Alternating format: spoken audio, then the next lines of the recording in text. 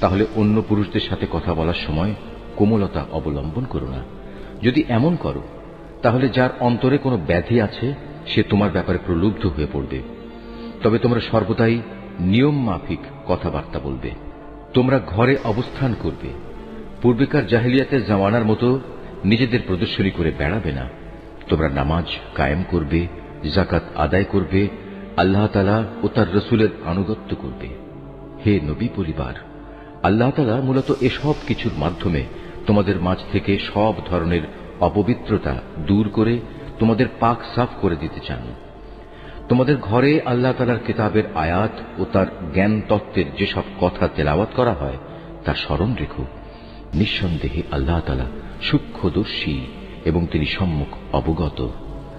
মুসলমান পুরুষ, মুসলমান নারী, মোমেন পুরুষ, মোমেন নারী, ফরমাবরদার পুরুষ, ফরমাবরদার নারী, সত্যবাদী পুরুষ, সত্যবাদী নারী, ধৈর্যশীল পুরুষ, ধৈর্যশীল নারী, বিনীত পুরুষ, বিনীত নারী, দানশীল পুরুষ, দানশীল নারী, রোজাদার পুরুষ, রোজাদার নারী, যৌন অঙ্গসমূহের হেফাজতকারী পুরুষ, এ অঙ্গসমূহের হেফাজতকারী নারী, সর্বোপরি আল্লাহ তাআলাকে অধিক পরিমাণে স্মরণকারী পুরুষ, স্মরণকারী নারী।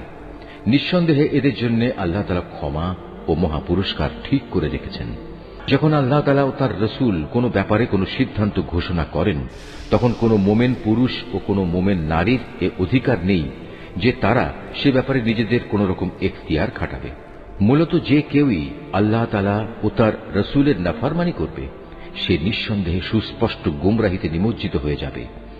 হে নবী, তুমি স্মরণ করো যখন তুমি সে ব্যক্তিকে লক্ষ্য করে বলেছিলে যার উপর আল্লাহ তাআলা বিরাট অনুগ্রহ করেছেন এবং তুমিও নিজের পুত্র বানিয়ে যার উপর অনুগ্রহ করেছ, তুমি তাকে বলেছিলে তুমি তোমার স্ত্রীকে বিয়ের বন্ধনে রেখে দাও এবং আল্লাহ তাআলাকে ভয় করো। কিন্তু এ পর্যায়ে তোমার মনের ভেতরে যে কথা তুমি লুকিয়ে রেখেছিলে আল্লাহ তাআলা পরে তা প্রকাশ করে দিলেন।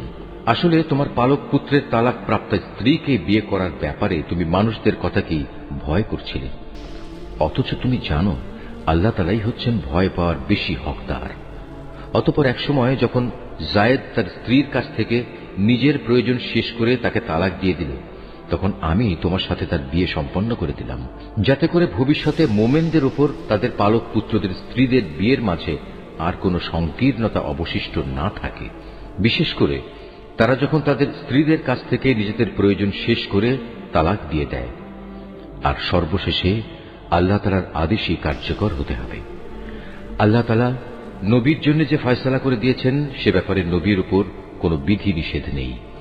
আগের নবীদের ক্ষেত্রেও এ ছিল আল্লাহ তাআলার বিধান, আর আল্লাহ তাআলার বিধান তো আগে থেকে নির্ধারিত হয়ে আছে।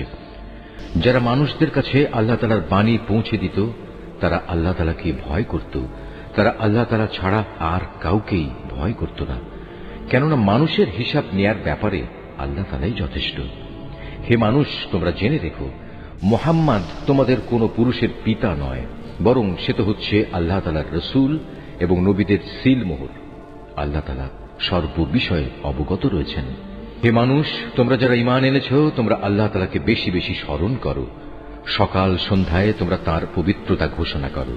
তিনি মহান আল্লাহ তাআলা, যিনি তোমাদের উপর অনুগ্রহ বর্ষণ করেন।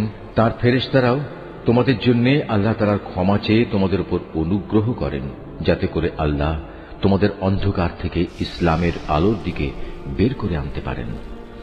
বস্তুত আল্লাহ তাআলা হচ্ছেন মোমেনদের জন্য পরম দয়ালু। যেদিন তারা আল্লাহ তাআলার সাথে সাক্ষাৎ করবে সেদিন মহান আল্লাহর দরবারে তাদের সালাম দ্বারা অভিবাদন করা হবে। তিনি তাদের জন্য এক সম্মানজনক বিনিময় নির্দিষ্ট করে রেখেছেন।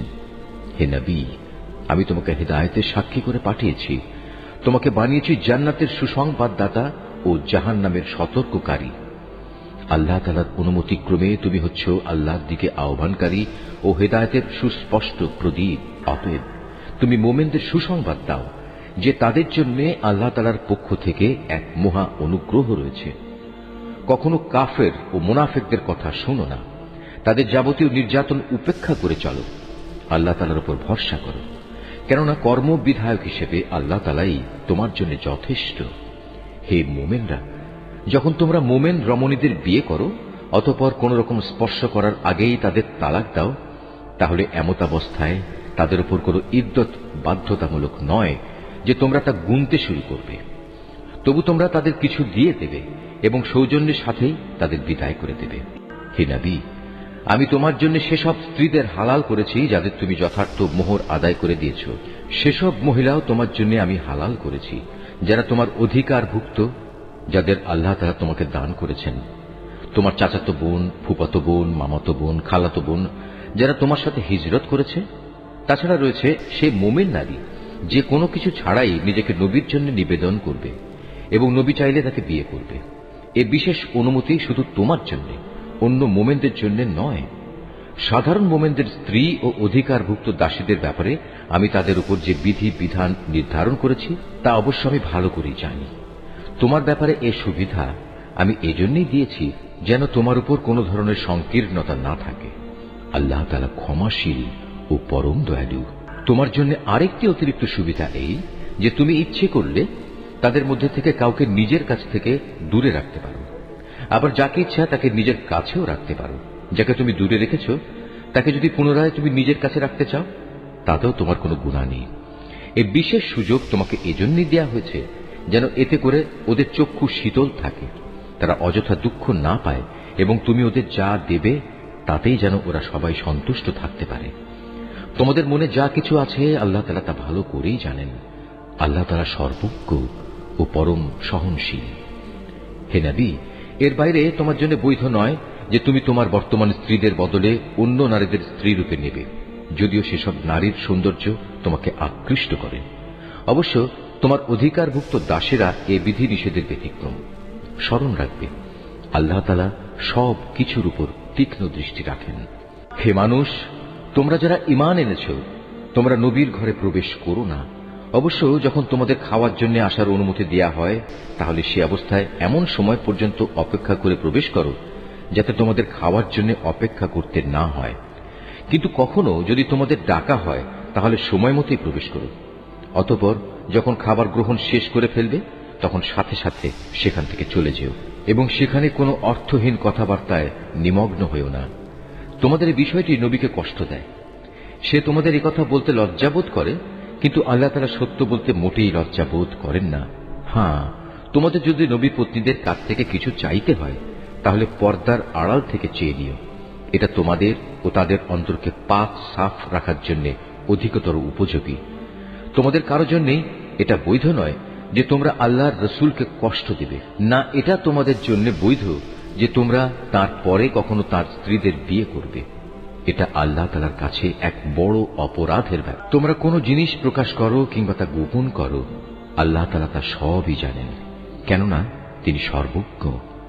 যারা নবী পত্নী তাদের উপর তাদের পিতা, ছেলে, ভাইদের ছেলে, বোনদের ছেলে সব সময় আসা যাওয়া